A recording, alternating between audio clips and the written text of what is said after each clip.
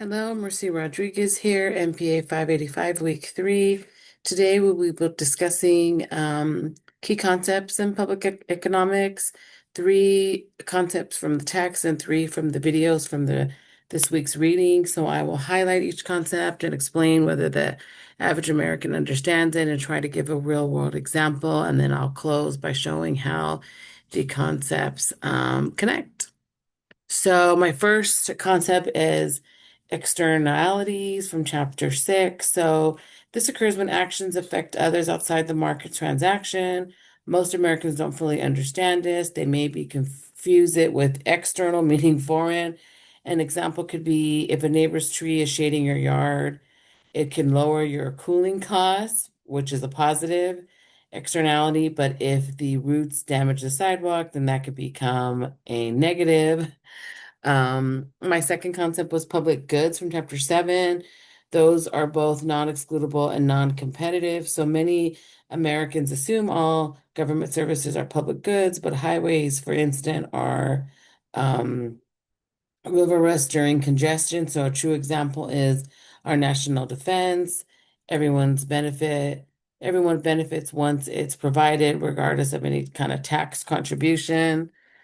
My third concept was equity versus efficiency. So, policymakers often balance efficiency, maximizing wealth, and equity, fair distribution. Many Americans equate fairness with good policy, but may overlook efficiency. So, an example could be raising property taxes, which fund affordable housing, which is an equity, but it might reduce the investment, which is an efficiency. How these three connect. So, externalities often justify government provision of public goods, but financing those goods require taxation, raising equity versus efficiency trade-offs. For instance, clean air regulations address externalities, but funding them involves fairness and efficiency debates. Public economics is kind of just about balancing these collective choices, kind of like a trade-off. So my first video that I chose with the deficits and debts, they're not the same thing, and I think a lot of people think they are. Deficit is when a government spends more than it brings in tax revenue in a year, and the debt is the accumulation of these budget deficits. So the video went on to say that the U.S. has the largest debt, and it is a problem if our debt gets too high and we can't pay it back. I don't think Americans are thinking much about our national debt as they don't know how big it is. It's in the trillions, and they themselves have very high debt as well. My second video that I chose was the one on monetary policy. With monetary policy, it is increasing or decreasing the money supply to speed up or slow down the overall economy. The video talked about Janet Yellen, our U.S. Secretary of Treasury, how the goal is to control inflation and keep unemployment low, as well as encourage investment and growth.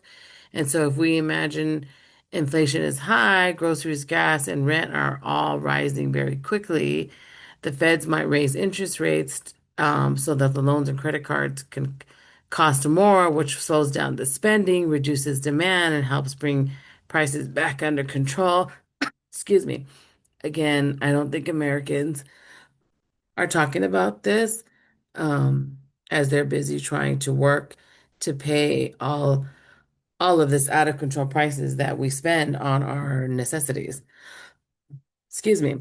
My third video was the negative externalities. So with that spillover costs, the video talked about how their costs spill over to someone other than the original producer or the consumer. Excuse me.